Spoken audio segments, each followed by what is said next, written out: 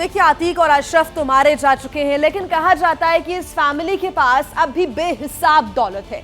और अब ये दौलत होगी किसकी? लेकिन इससे बड़ा मसला अतीक के उस गैंग का है जिसके बूते अतीक ने काली दौलत जमा की थी। सवाल ये है कि अतीक के बिखरते गैंग का आखिर कंट्रोल किसके हाथ में आएगा?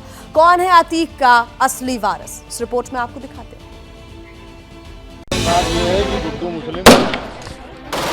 अतीक और अशरफ मिट्टी में मिले तो यूपी के क्राइम फील्ड में फैमिली नंबर 1 की हैसियत रखने वाले खानदान का रसूख भी खाक हो गया। लेकिन जो दौलत अतीक ने लोगों को लूटकर गलत तरीके से जमा की थी, वो धरी की धरी रह गई और रह गए उसके गैंग के गुर्गे जो फिलहाल बिलों में छिपे हुए हैं। ऐसे में सवाल है, अतीक के गैंग की गद्दी अब कौन संभालेगा? अतीक की अतः संपत्ति का वारिस कौन बनेगा?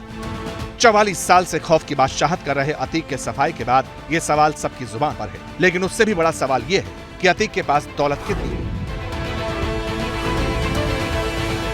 अतीक अहमद ने 2019 में वाराणसी से लोकसभा का चुनाव लड़ा था। नैनी जेल में रहते रहते लड़े गए इस चुनाव में अतीक को सिर्फ 833 वोट मिले थे। ये इस बात का सबूत था कि अतीक का राजनीतिक रसूख और खौफ का साम्राज्य दोनों की किश्ती डूब चुकी है। बहरहाल उस चुनाव में दिए गए हलफनामे के मुताबिक अतीक के पास 25 करोड़ 50 लाख 20,529 रुपए की घोषित संपत्ति थी। लेकिन दावा किया जाता है कि वास्तव में उसके पास कई गुना ज्यादा प्रॉपर्टी है। इसका सबूत तब दिखा जब योगी आदित्यनाथ का एक्शन शुरू हुआ। अतीक के करीब 1630 करोड़ रुपए की प्रॉपर्टी कुर्क की गई। कई अवैध कब्जों पर बुलडोजर चला। बताते हैं कि इसके बावजूद अतीक के पास अकूत दौलत बची रही। सवाल ये है कि अतीक की दौलत और उसके गैंग की कमान कौन संभालेगा? अतीक अहमद और शाइस्ता परवीन के 5 बेटे हुए। बड़ा बेटा उमर एक लखनऊ की जेल में बंद है। दूसरा बेटा अली अहमद नैनी जेल में बंद है। असद तीसरे नंबर का बेटा था जिसका 13 अप्रैल को झांसी में एसटीएफ ने एनकाउंटर कर दिया। अतीक और शाइस्ता के बाकी दोनों बच्चे नाबालिग हैं जो अभी प्रयागराज के राजरूपपुर में एक बाल सुधार गृह में हैं। वैसे तो रवायत के हिसाब से अतीक की विरासत उसके बड़े बेटे उमर को मिलती, लेकिन अतीक ने हमेशा अपने दूसरे बेटे अली अहमद को आगे बढ़ाया। जहरीली तकरीरों के मामले में भी वो पिता और चाचा से कई कदम आगे रहा। हमारे वालिद ने कहा कि अब कोई नहीं, एक अहीर एक इसके पीछे चलने से अच्छा मेरा 5 वक्त का नमाजी तहज्जुद गुजार कलमा गो भाई है। किसी और का झंडा नहीं उठाना है, किसी और के पीछे नहीं चलना है। लेकिन सियासत के अखाड़े में एंट्री से पहले अली मोस्ट वांटेड बना और फिर जेल पहुंच गया। ऐसे में एक ही नाम सामने आता है और वो है शाइस्ता परवीन का, जो फिलहाल फरार भले ही है लेकिन अतीक के प्रेजेंट डेज में ही क्राइम क्वीन बन गई।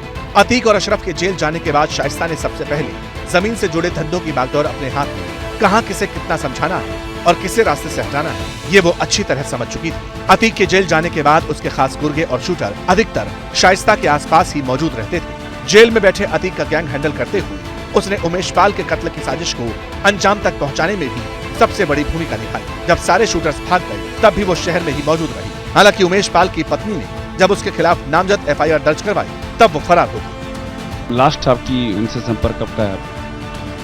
लास्ट संपर्क तो हमसे नहीं है, लेकिन एक सीनियर एडवोकेट उनसे संपर्क हुआ था लगभग 10 दिन पहले की बात है।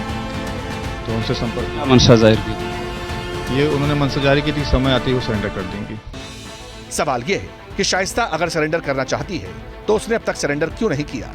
जब असद सुपुर्द खाक हुआ तो लगा कि शाइस्ता सरेंडर करेगी, लेकिन बड़ी पुरानी कहावत है कि जहान के नाते कब्र तक नहीं जाते। अतीक की बेवा ने यह मिसाल बड़ी शिद्दत से निभाई है। जिस शाइस्ता ने गिरफ्तारी के डर से अपने मरे हुए बेटे की शक्ल तक नहीं देखी, वो अपने शौहर और देवर की आखिरी विदाई से भी दूर रही। सवाल है, आखिर वो कौन सा राज है जिसे अपने साथ छिपाए शाइस्ता पुलिस से भागती फिर रही है? आज न कल उसका पकड़ा जाना तय है और जब उसके हाथों में हथकड़ियां पड़ेंगी तब उसकी जुबान का ताला अपने आप खुल जाएगा। क्या मजबूरी है मेरी, बताइए।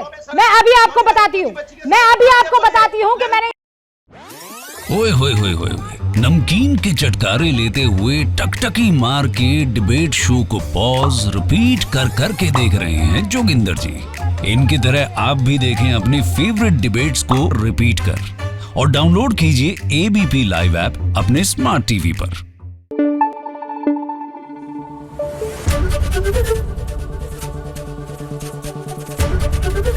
ABP न्यूज आपको रखे आगे।